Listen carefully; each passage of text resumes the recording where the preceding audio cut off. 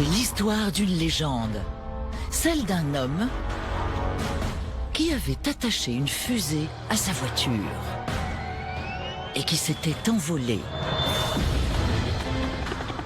En 2003, les Mythbusters ont fait revivre la légende, mais n'ont pas réussi à décoller. Mince! Ils sont revenus en 2007, mieux armés et encore plus dangereux. Envoyez Georges sur la rampe. Mais l'expérience est partie en fumée. Ils sont aujourd'hui de retour pour se venger. Alors, préparez-vous à vivre des moments d'action, à vous glacer les sangs Je contrôle. et de délectation ultime. Parce qu'ils se sont emparés de ce mythe pour le tester jusqu'au bout. Qui sont les Mythbusters? Adam Savage Ça, c'est de la science. et Jamie Hyneman. Je suis prêt. À eux deux, ils ont plus de 30 ans d'expérience dans le domaine des effets spéciaux. À leur côté, Grant Imahara, Il se fraye un chemin. Carrie Byron Ça m'a toujours paru dangereux. et Tori Bellucci. C'est un truc qu'on voit pas tous les jours. Ils ne se contentent pas de recenser les mythes, ils les mettent à l'épreuve.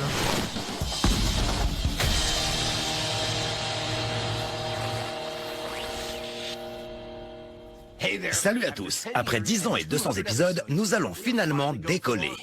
Avec le mythe qui a lancé la légende. Exactement. Pour célébrer le 10e anniversaire de la diffusion de Mythbusters, nous allons nous attaquer une bonne fois pour toutes à celui qui nous a échappé.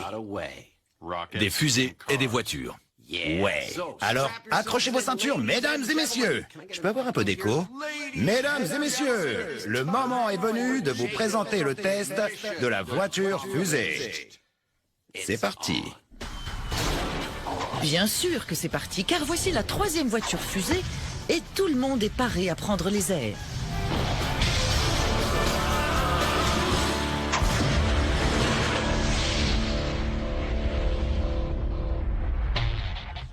C'est une légende urbaine qui est à l'origine du test. Un pilote aurait soi-disant attaché un système de moteur fusée sur sa Chevrolet Impala et il aurait traversé le désert à 550 km/h. Mais en heurtant une bosse, sa voiture aurait décollé et se serait envolée sur plus d'1 kilomètre jusqu'à ce qu'une falaise mette un terme brutal à son vol. Mais est-ce que cette virée a vraiment eu lieu? Les Mythbusters ont conjugué leurs efforts pour clore ce dossier une fois pour toutes. Alors, dites-moi tout, c'est quoi le plan pour l'épisode d'aujourd'hui? Bon, je vous explique. On a fait 2 lancements. Le premier reconstituait le mythe original tel quel.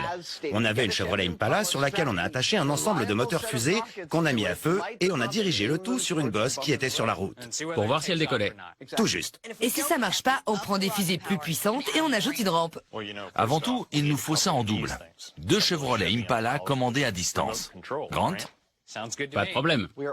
On va aussi avoir besoin d'un endroit sûr d'où les guider. Comme un bunker mobile. Un tank de Mythbusters. Exact. Ça va être de la folie. En effet. Et pour réaliser cette folle envolée, la première chose à faire pour ce rodéo aérien est de se mettre en quête d'une Chevrolet. Lors des précédents tests de ce mythe, on a déjà réduit en morceaux 2 Chevrolet Impala.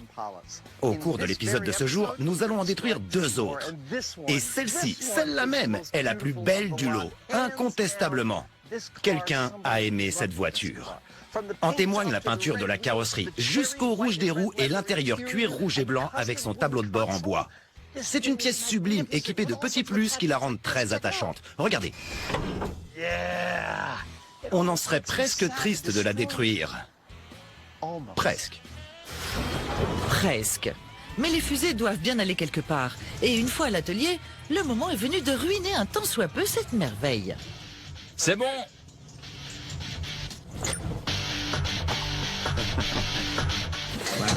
Il voulait vraiment faire une belle voiture. On sent qu'il l'aimait. Ouais. Dire que tout ça va partir à la benne.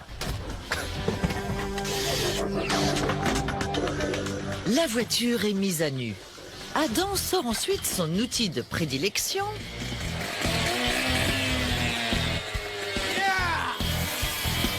histoire d'ôter un peu de quincaillerie du coffre pour faire de la place au réacteur arrière.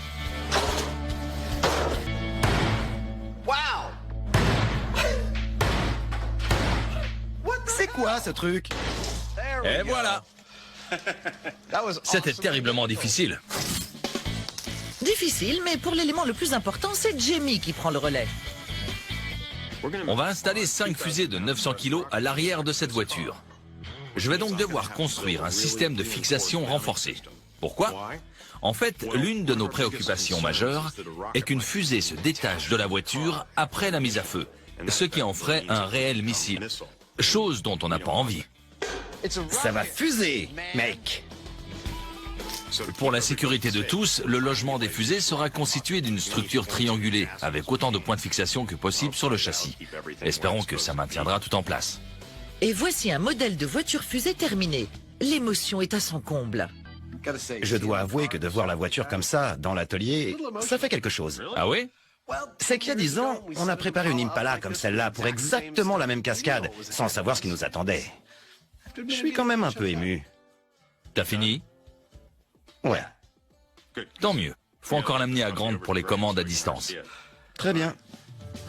L'Impala sort donc d'un atelier pour en rejoindre un autre, Ça, c'est de la belle bagnole. où le docteur téléguidage est prêt à administrer un traitement à sa patiente. Notre belle d'antan est maintenant prête à recevoir le système de commande à distance, qui comprend notamment la direction, l'accélérateur, les freins, l'arrêt d'urgence et un système spécial pour passer au point mort juste après la mise à feu des fusées. Voilà le programme. Et ce n'est pas seulement une tâche immense. Les enjeux qu'elle suppose sont eux aussi énormes. Croyez-moi, j'ai une grosse pression sur ce projet. Elle doit rouler parfaitement droit, elle doit tourner comme une horloge et s'arrêter en un clin d'œil si quelque chose venait à mal se passer. Mais si tout va pour le mieux, elle doit tenir la route quoi qu'il arrive. Ça représente un sacré boulot, mais je pense être à la hauteur. Mesdames et messieurs, vous avez devant vous le véhicule suiveur que Jamie et Adam conduiront derrière la voiture fusée. Il nous faut construire une sorte de structure autour de la cabine, qui leur offre un maximum de protection si les choses tournaient mal. Pour ça, nous allons souder une cage en acier tout autour de la cabine. Ensuite, nous allons fixer des vitres protectrices en polycarbonate sur cette structure. Imaginez un peu Jamie et Adam roulant dans le désert, tout en commandant à distance une voiture fusée depuis ce monstre apocalyptique digne d'un film de science-fiction. Ça va être énorme. Énorme! En effet, 5 tonnes d'acier, c'est énorme! Ça peut paraître un peu exagéré, mais souvenez-vous qu'on va lancer une voiture propulsée par des fusées. Faut que ce soit résistant. Mieux vaut en faire trop que pas assez. En effet, et la structure d'acier est découpée. Est-ce que je suis le seul à penser à l'agence Tourisque à cette heure? Soudée, maintenue en position et fixée au camion. Ce qui est exactement ce qu'Heinemann avait demandé. C'est assez costaud pour toi? Ça devrait le faire. C'est quand même votre vie qui est en jeu, les amis. Vous allez conduire cet engin. Faut qu'il soit le plus solide possible. Merci. On voudrait pas que tu sois blessé. Bas les pattes. Pardon. Jamie est content. La structure peut donc être achevée et même la pluie ne gâchera pas la fête. Vous vous demandez sûrement comment ils vont monter dans le camion. Eh bien, c'est certainement ce qu'il y a de plus chouette dans tout ça.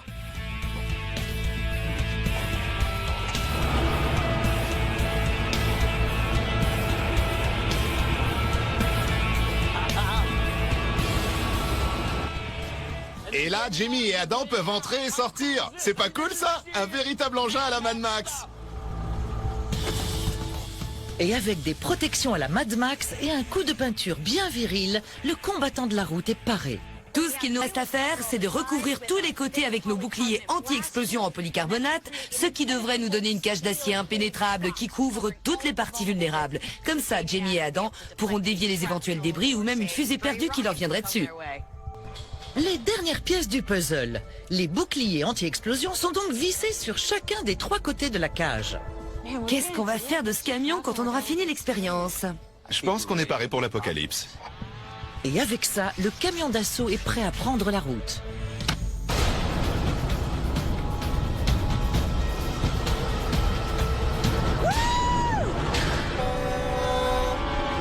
Pendant ce temps, dans l'autre atelier, Grant a finalement terminé l'installation des commandes à distance de l'Impala. Bien, cette voiture est prête à être conduite à distance. Seulement, le système dans son ensemble n'a pas encore été testé en situation. Pour ça, il va falloir aller dans un endroit éloigné où on ne risque pas de croiser trop de monde ou d'obstacles. Pour ça, l'autoroute New Jerusalem devrait faire l'affaire. Un peu brumeux ce matin. Ouais, on devrait pas manœuvrer la voiture en restant immobile? C'est une bonne idée. Une bonne idée, Ça aurait pu être mieux. mais cette fois, il y a une combine. On a mis dans cette voiture une caméra à la place du chauffeur, ce qui nous donne exactement le même point de vue.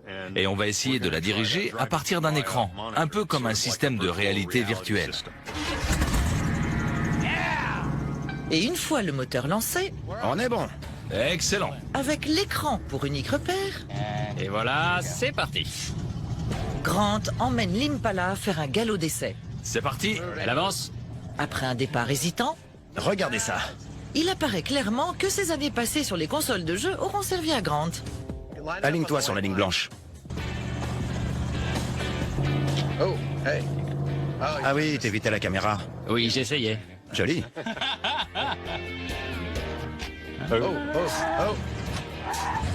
Et le système de commande à distance virtuelle a également une longueur d'avance. Encore un peu et... Freine. Bien joué. Pas vrai? Génial, ce système. Ouais. Ça, c'était un essai réussi. On sait que la voiture démarre, qu'elle roule, qu'elle s'arrête, qu'elle tourne, enfin, plus ou moins. Et en plus, on peut passer au point mort si nécessaire et couper le moteur si ça va de travers. Le système de contrôle est très prometteur. Oui, c'est un bon début. Quelques réglages et on sera bon. Bien. En route vers le désert.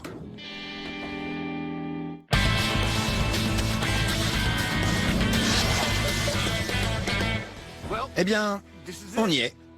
Je sais que j'ai l'air d'être au milieu de nulle part, mais en fait, je me trouve sur le lit du lac asséché de Quoddy-Bac, dans le désert des Moaves. 8 km de long, 3 km de large. C'est ici que le premier épisode de Mythbusters a été tourné il y a 10 ans et a atteint son terme naturel. Et c'est ici qu'avec un peu de chance, notre voiture fusée, notre Chevrolet Impala, prendra enfin son envol. Le monstre te plaît? Je suis sans voix. On sera en sécurité là-dedans. Ce truc est super cool, mais il lui manque une petite touche. Ça s'appelle prendre les mythes par les cornes. Tout le monde est à couvert. Et maintenant, en route pour la zone à risque.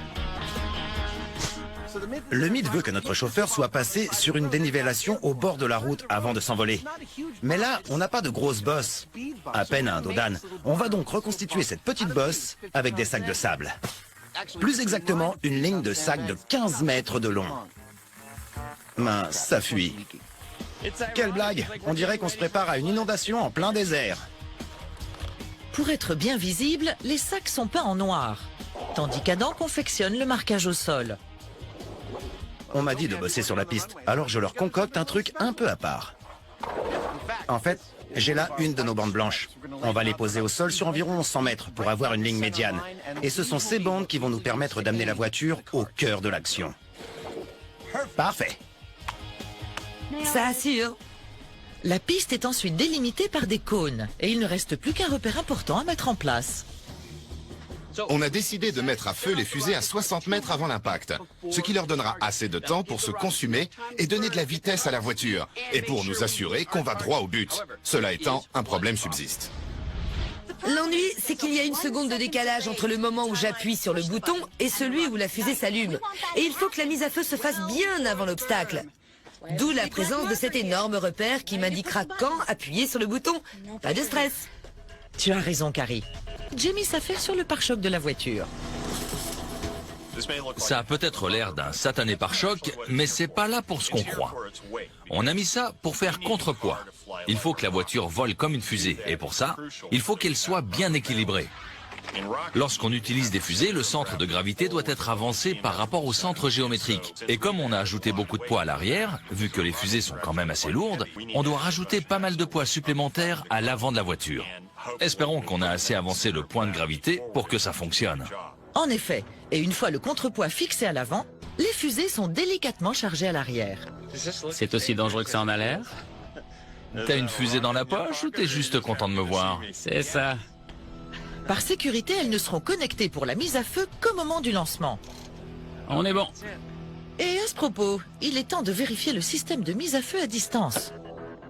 Les fusées sont en place, mais plus important encore, le système de mise à feu l'est aussi. C'est décisif parce que c'est ici que tout pourrait très mal tourner. Test de mise à feu. 3, 2, 1. Génial! Devant la voiture parée pour réussir, Adam est pris de nostalgie.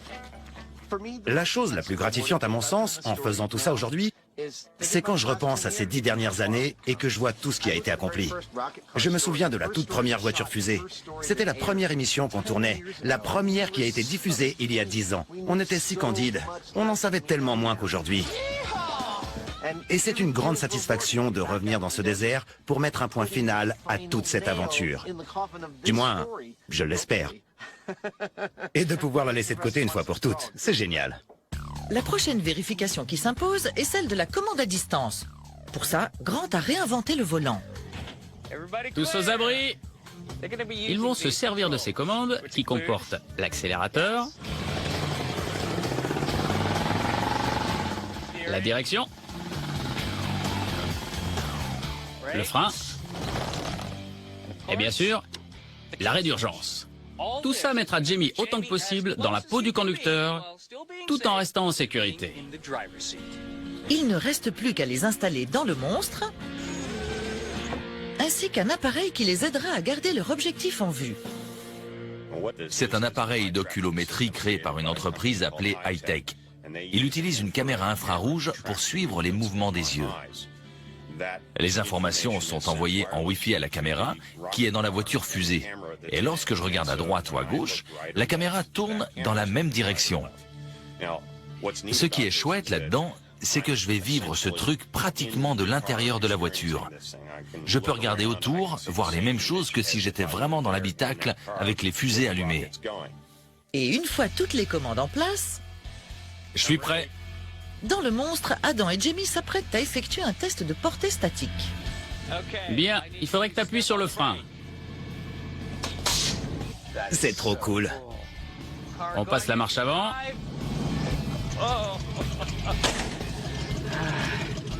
Ok. On retire les cales. Ok, Jamie, c'est à toi de jouer.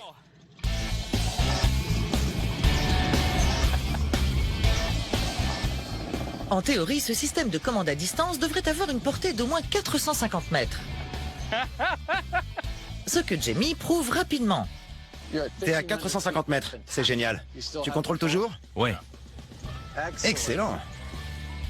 Les premiers essais pouvaient pas être plus concluants. Elle se conduit et freine parfaitement. J'avais une bonne accélération. Elle tourne comme une horloge. Le moment est venu de corser un peu les choses. Au cours de cet essai, la voiture comme le camion seront en mouvement pour que l'on puisse s'assurer de rester dans le rayon de portée le plus longtemps possible. Cette fois, les deux Mythbusters vont prendre le volant. Jamie, celui du monstre, et Adam, celui de l'Impala. Une fois les protections descendues, ils mettent les gaz. 3, 2, 1, partez! 15 km/h, Gardez le cap! 30 km/h. Contrôler un véhicule à partir d'un autre n'est pas facile. Tu te déportes trop. Il se déporte un peu sur la droite. Non, beaucoup. Reviens au milieu. Lorsque la voiture devient hors de contrôle à 80 km/h, Stop! Adam teste les freins. Je vois qu'un nuage de poussière. Je vois même plus la voiture. C'est un bon exemple de l'utilité des essais, parce que ce truc ne marche pas du tout. Conduire la voiture fusée à partir de l'écran de contrôle, alors que le camion était en mouvement, a complètement faussé mon sens de l'orientation et de la conduite. C'est tout simplement impossible. Le signal a assez de portée pour la faire arriver sur l'obstacle. Il y a assez de trucs comme ça qui pourraient mal tourner. Pas la peine d'en rajouter. Le camion restera donc immobile pour ce test. Il y a tant de fâcheux concours de circonstances possibles qu'il est primordial de limiter les risques. Autrement dit, il faut faire simple et garder le monstre immobile. Et maintenant, le plus délicat, les fusées. Par précaution, on a fait des essais sur une des fusées du lot de celles qui seront à l'arrière de la voiture. Et ils étaient concluants. Le problème, c'est que ces fusées sont ni plus ni moins que des explosifs maîtrisés. Et pour obtenir le meilleur rendement puissance-poids, elles sont chargées jusqu'à la limite de l'explosion. Si on commet une erreur et qu'on les charge un peu trop, on obtient une bombe tuyau. C'est en gros ce qui est arrivé avec la deuxième voiture fusée. Cette fois, comme les essais qu'on a faits étaient probants, on s'attend à un succès par rapport à la course de la voiture. Cela pourrait bien être ses dernières paroles. Mais avec autant de puissance qu'un avion à réaction prêt à décoller, Ça va être grandiose. cette petite Impala est gonflée à bloc. À proprement parler, 4500 kg de poussée correspondant à 4500 chevaux. Ça fait un sacré coup de boost. C'est rien de le dire. Et maintenant que les fusées sont chargées, fixées et armées, le compte à rebours peut commencer. Maintenant, on y est. 10 ans de préparation depuis le tout premier épisode de Mythbuster. Et voilà comment le test va se dérouler. Adam et moi, on dirigera la voiture fusée à partir de ce truc derrière moi, qu'on appelle le monstre. C'est notre bunker mobile. On sera au poste de contrôle avec Tony et Grant pour surveiller l'accélération de la voiture. Quand elle atteint le repère, j'appuie sur ce bouton. Et une seconde plus tard, messieurs, dames, les fusées seront mises à feu. Et la voiture fusée foncera droit sur l'obstacle. Et si tout ça fonctionne parfaitement et que ce mythe est vrai, on devrait retrouver cette voiture transformée en un énorme tas de ferraille encastré dans cette montagne qu'on voit au fond. C'est ainsi qu'à 30 secondes de leur hache, tout le monde prend position pour tester cette théorie. Adam et Jamie s'installent dans le monstre. T'es vraiment prêt? Je suis prêt. D'accord. Tori et Carrie ont le doigt sur le commutateur dans le poste de contrôle. Vas-y, Grant, démarre la voiture. J'ai des crampes d'estomac. Et Grant démarre la voiture. Grant démarre la voiture? Grant démarre la voiture. Dire qu'on a le radioguidage, la vidéo, tout ce qu'on peut imaginer. Et la voiture veut pas démarrer. Face à cet empêchement de dernière minute, Jamie donne un coup d'accélérateur à l'Impala. Ce qui lui redonne finalement vie. Et à leur hache, plus 40 secondes, les cales sont retirées. Ok, les fusées sont armées et c'est parti.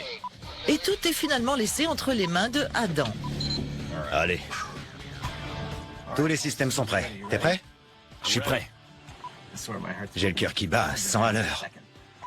C'est parti. Carrie, prête à appuyer? Prête. Tori, et les caméras sont OK? On est prêts de notre côté. Allez, on y va. C'est parti, mesdames et messieurs.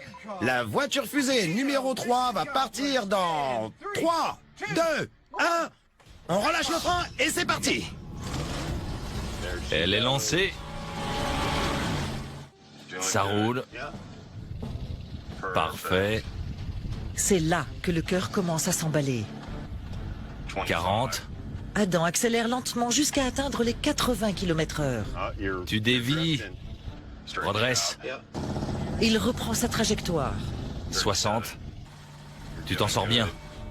Tiens-toi prête. L'Impala atteint le repère. Tu vas y arriver. Vas-y maintenant.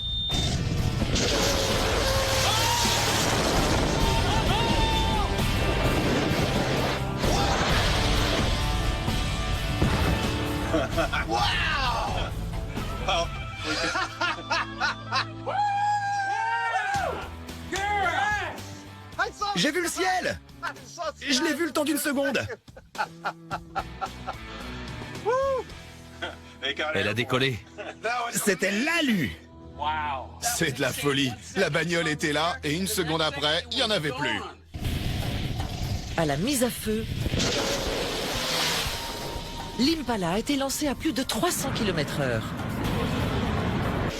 Elle a foncé sur l'obstacle, a fait un écart, devenant hors de contrôle, et a été projetée en l'air, laissant dans son sillage le genre de débris que l'on obtient seulement lorsque l'on combine les Mythbusters, des fusées et des voitures. Elle est complètement détruite. Oh la vache! C'est une œuvre d'art. Voilà ce qui arrive quand on est entre l'enclume et le marteau. Je le vois, mais j'y crois pas. J'en reviens pas. L'avant est complètement explosé. C'est plutôt chouette. Elle s'est envolée au moins. Je l'ai vue s'élever à 6 mètres environ. C'était bien après l'obstacle. Mais on ne sait pas ce qui s'est passé. Elle faisait n'importe quoi. Rien à voir avec le NIT. Non. À mon avis, c'était bien plus incontrôlable. Bien plus incontrôlable, oui. Parce qu'une chose est sûre, cette Impala ne sera certainement jamais une voiture volante. Les fusées! Regarde ça! Et après, t'as vu ça? Les roues se sont mises en dedans. Elle est partie sur le côté et elle a commencé les tonneaux et... Elle a été déchiquetée. Magnifique. C'est peut-être le test à grande vitesse que je préfère d'entre tous. C'était splendide. Et le mieux, c'est qu'elle est retombée sur son châssis. Regarde où est le pneu! Le test prend la tête du best-of de Adam. Carrie, elle l'a vécu comme un sacré moment de stress. C'est l'un des trucs les plus épuisants nerveusement que j'ai jamais vécu. La voiture commence à avancer. Elle accélère à mort. Elle va de plus en plus vite. Elle se rapproche du repère. J'ai la main qui tremble au-dessus du bouton de mise à feu. J'attends. La voiture approche de la limite. Elle la dépasse. J'appuie sur le bouton. Ensuite, c'est la seconde la plus longue de toute ma vie qui commence. Il y a un décalage, mais mon cœur l'ignore. J'arrête de respirer. J'ai des crampes d'estomac incroyables. Et d'un coup... Les fusées s'enflamment. La voiture crisse en direction de l'obstacle. Passe dessus. Elle commence à dévier vers la gauche. Et ensuite, c'est les tonneaux. Le moteur, les roues, un vrai carnage. J'arrive pas à croire que 10 ans plus tard, on soit de retour ici, dans le désert des Moaves, pour tester le tout premier mythe de l'émission. Et tout s'est déroulé parfaitement. La voiture est partie droit, les fusées se sont allumées, on a atteint l'obstacle, elle est partie dans les airs, puis s'est écrasée. Le mieux, c'est qu'on a finalement réussi à percer ce mythe. Elle n'est pas partie dans la falaise, c'est un mythe bidon. Ah, enfin. Bien qu'elle ne se soit pas envolée, on ne pourra pas dire qu'ils n'ont pas essayé. Qu'est-ce qu'on peut dire? On n'est pas des spécialistes des fusées. Je voudrais cependant souligner que la seule chose qui ait survécu à tout ça, c'est ce que j'ai construit. Et tout ce qui était fixé à ça, c'est encore là. Le logement des fusées et la structure. Quand même, le moteur entier est tombé et tout l'avant de la voiture, pareil. Je crois qu'on est clairement en présence d'un Mythis Testus. Il faut retrouver les coupables. Alors que le soleil descend sur l'épave, les coupables peuvent clore le dossier. Alors, qu'est-ce que vous pensez du mythe 10 ans après? Je crois qu'on peut dire une fois pour toutes que le mythe original de la voiture fusée est totalement bidon. C'est pas à ce moment-là qu'on reproduit les résultats? Allons-y. Oui!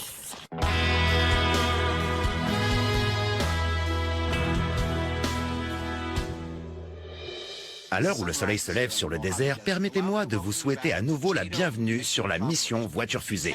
Il y a 10 ans, dans notre tout premier épisode, nous avons reconstitué une célèbre légende urbaine en attachant une fusée sur une voiture. Et ça a donné ça.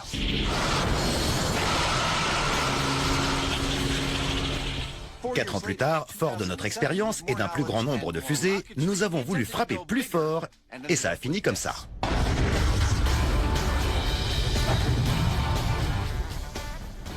Ou pas? Il nous restait vraiment du pain sur la planche. Et un peu plus tôt dans cet épisode, nous avons reconstitué dans les moindres détails le mythe original et le résultat a été ceci. Regardez plutôt.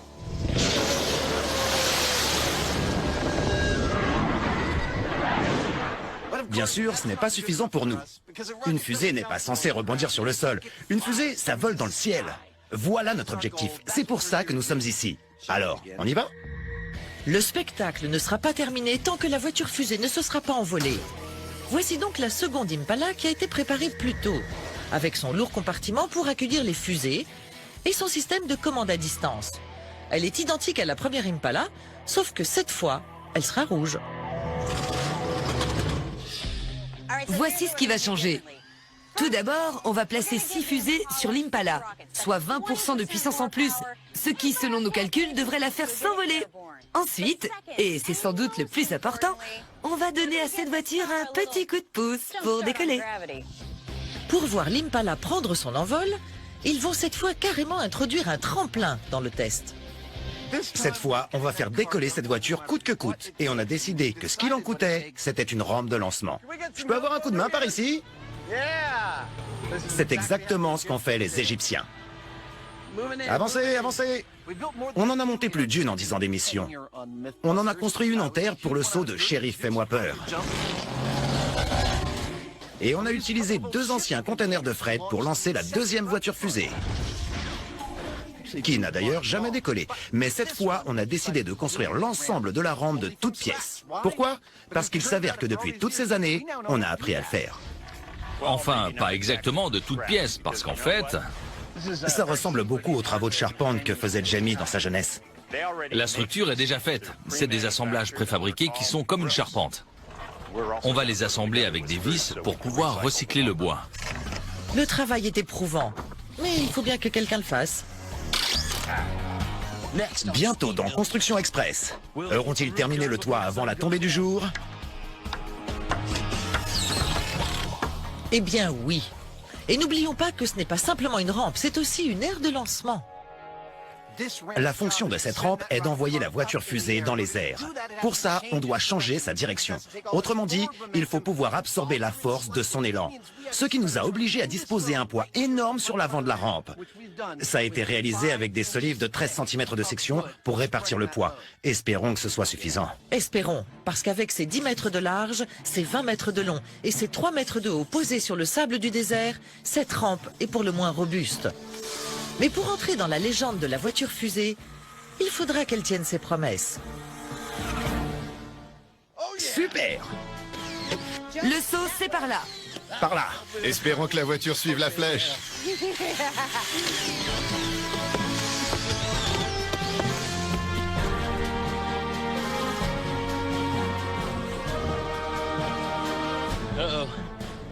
Il y a un problème. Et là, elle explose. 300 mètres de marquage au sol qui se termine par ce qui est sans conteste la plus belle rampe jamais construite dans cette émission. Et elle n'aura jamais la moindre marque de pneu. Une seule et unique représentation, offerte par la Belle Rouge qui est prête et impatiente de réaliser un rapide galop d'essai. Ok Jamie, vas-y. Je démarre. Belle accélération, tout en douceur. Oui! Il est allé tout droit, c'est parfait. Je m'arrête. Manque plus que les fusées. Bien joué. La rampe de lancement, la voiture et le pilote Heinemann sont parés au décollage. Il faut maintenant ajouter la charge utile explosive, les fusées. Cette fois, on utilise 6 fusées, soit 5500 kilos de poussée. En effet, cette voiture est encore plus armée et plus dangereuse avec une puissance totale Parfait. de 5400 chevaux. 1, 2, 3. Désolé d'insister, mais Mieux vaut que ça rentre juste plutôt que ce soit lâche. c'est vrai. Je l'ai toujours dit. Une fois les fusées en place et armées, il ne reste plus qu'une chose à ajouter. Je suis sûr que ceux parmi vous qui s'y connaissent en fusée sont en train de se demander pourquoi on ne se facilite pas un peu la tâche en retirant le moteur et en mettant un grand stabilisateur. Voyez-vous, pour nous, c'est de la triche. Ça deviendrait une fusée à l'allure de voiture, alors qu'on veut une voiture propulsée par des fusées. Et c'est bien ça qu'on a ici. Une voiture propulsée par des fusées qui va atteindre la rampe à toute allure. Mais est-ce que cette combinaison fera finalement s'envoler bien haut notre Impala? Depuis la nuit des temps, l'homme n'avait jamais vu une telle prouesse technique, fruit de tant d'ingéniosité. Tout cela à la recherche d'un seul objectif, un but ultime. Faire voler une voiture comme une fusée. C'est chose faite. L'histoire raconte qu'un pilote avait attaché un réacteur sur sa voiture, qu'il avait traversé le désert, rencontré une bosse et s'était envolé sur près de 2 km. Mais ce décollage fatal est bidon. On a testé le mythe exactement comme il était décrit, mais on n'a pas réussi à faire voler la voiture fusée. Et maintenant, nous arrivons à la partie que je préfère. Reconstituer les résultats, ou du moins, faire tout notre possible pour ça. Parce qu'ils ont gonflé l'Impala avec 5500 kg de poussée et ils sont décidés à faire les choses en grand. Selon nos calculs, avec une rampe de 3 mètres, on met toutes les chances de notre côté pour assister à un décollage. Si les fusées font leur travail, on évalue la distance de vol à au moins 1,5 km. Ça, c'est la théorie. Mais après 10 ans à tester les mythes, Adam n'est pas très convaincu. Jamie et moi, on espère que la voiture atteigne la rampe à 140 km/h, quand les fusées seront encore à pleine puissance. On prévoit qu'elle quitte la rampe à 320 km/h. Je pense qu'elle ira à 200 ou 250 mètres, mais pas à plus d'1 kilomètre, ni à 5 km. Je dis 200 voire 250 mètres. Si et seulement si elle atteint la rampe. Parce que les fusées sont tout sauf prévisibles.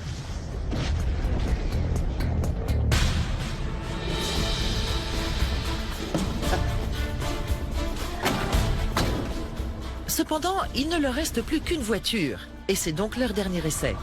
Tout est entre les mains d'Heinemann. Les boucliers sont baissés. À toi de jouer. La pression monte. Il doit garder la voiture sur sa trajectoire et s'engager en plein centre de la rampe pour mettre un terme à 10 longues années de sueur, de sang et de vacarme. Allons-y. Une fois encore, Grant démarre l'Impala. Elle tourne bien. Je vais au bunker. Armé. Puis les fusées sont armées.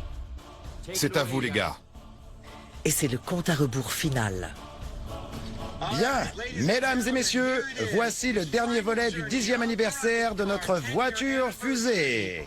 5, 4, 3, 2, 1, c'est parti! On relâche le frein. La voiture avance. Jamie fait progressivement accélérer l'Impala en direction de la rampe. 18, 19, 20, t'es pile au centre. Ça se présente bien. 34, 35, tu dévies légèrement sur la droite de la ligne noire. 50, 51, tu te débrouilles super bien. 60, 63, 64, tu te débrouilles à merveille. Ça se présente bien. Restez au centre. V'là les fusées!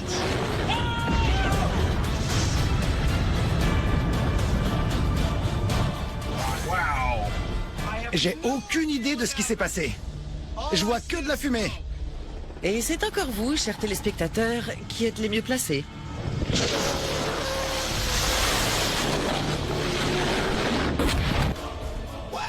C'était violent. Il est maintenant clair que la voiture fusée s'est finalement envolée.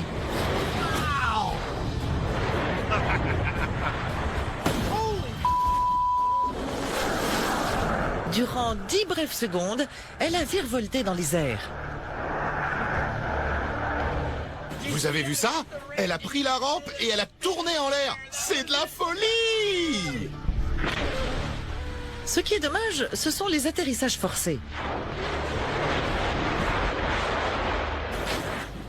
C'était puissant. On va jeter un œil. Tandis que les pompiers éteignent les restes de l'Impala, les Mythbusters vont constater les dégâts d'un peu plus près. C'est comme si toute la voiture avait été écrasée dans son châssis. Incroyable. On dirait qu'elle a croisé un géant en colère. C'est ce qu'on appelle finir en beauté. C'est quelque chose. Je commence à m'attacher à ces carcasses fumantes qu'on a l'habitude de voir après nos tests. La carcasse fumante, c'est le super-héros de Mythbuster. Donc pas de voiture à réaction pour rentrer. Non, elle est complètement perdue. C'est une perte totale pour la voiture. Mais une victoire pour les Mythbusters.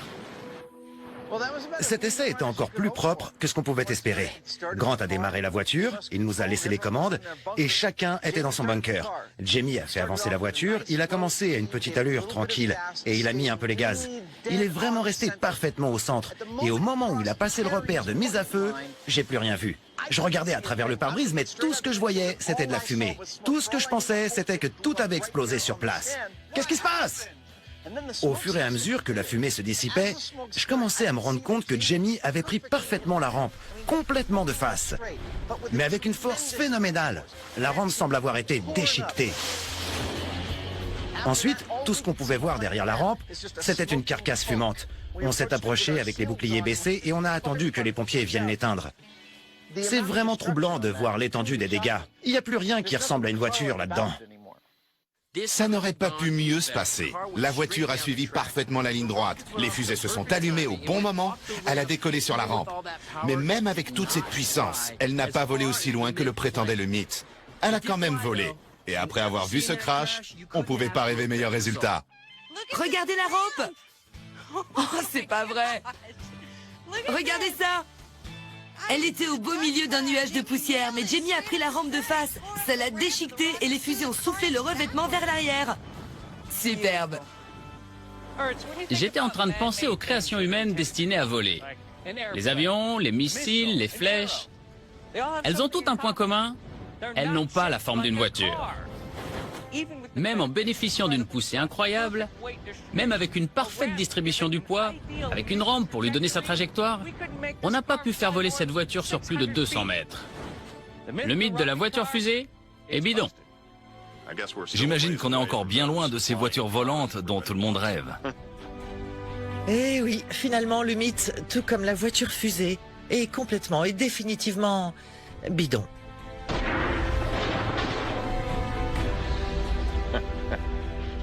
Bon, ben, je crois qu'on a fini notre boulot. Je crois aussi.